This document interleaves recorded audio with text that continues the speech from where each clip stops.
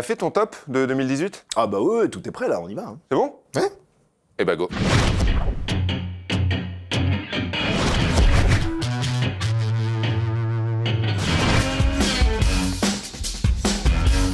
Et non, désolé, j'avais vraiment, mais alors vraiment pas envie d'être la 2587e personne à vous proposer son top 3 de 2018. Donc complètement au pif, j'ai choisi 1982. L'année de tes 20 ans.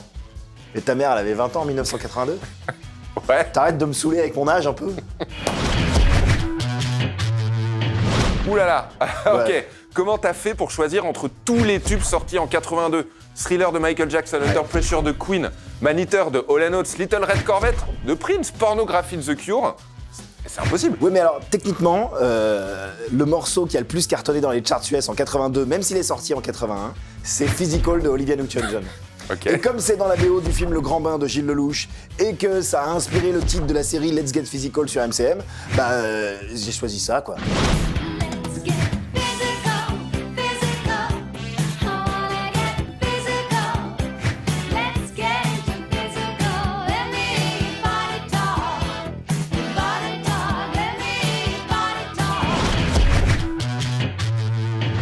Si en 1982 Twin Peaks n'a pas encore révolutionné l'univers de la fiction en télévision, on a tout de même de gros poids lourds comme K2000, Remington Steele, Magnum, Hooker, Ricky ou la Belle Vie, Dynasty, sans parler des dessins animés évidemment comme Albator, Goldorak, Les Mystérieuses Cités d'Or, et on en passe. Un univers créé en France et animé au Japon prend son essor, niché entre Il était une fois l'homme et Il était une fois la vie. Il y a eu le très culte dessin animé Il était une fois l'espace.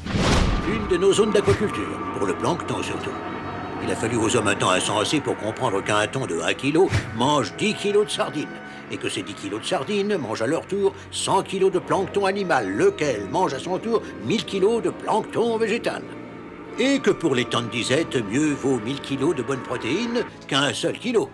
Ça tombe pourtant sous le sens, non?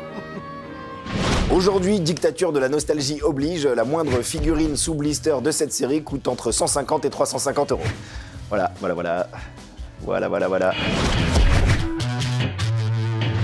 Alors c'est bien simple, en 1982, t'as l'impression que tous les réalisateurs se sont mis d'accord pour sortir le meilleur film possible, et c'est vrai qu'avec le recul, 1982 c'est tout simplement une très grande année de cinéma. Entre E.T. de Steven Spielberg et Blade Runner de Ridley Scott, les deux grands chefs-d'œuvre de cette année bénie, des dizaines de films incroyables sont sortis. Alors moi j'ai hésité entre The Wall de Pink Floyd et The Thing de John Carpenter, et finalement, j'ai choisi John Carpenter, quoi. Ça va la voix? Moi je pense qu'on peut le garder comme ça. This thing doesn't want to show itself. It wants to hide inside an imitation. It'll fight if it has to. But it's vulnerable out in the open. If it takes us over, then it has no more enemies. Nobody left to kill it. And then it's won. Tu sais ce qu'il disait quand il allait au cinéma, le chanteur de Aerosmith en 1982? Non. And I don't wanna miss the thing. Ah, je suis à peu près sûr qu'il avait encore jamais eu le moindre début d'idée de cette chanson en 82. Mais laisse-moi rêver, putain, Nico! Laisse-moi rêver un peu! Mais j'ai The Thing dans la gorge, qu'est-ce que tu veux que je te dise?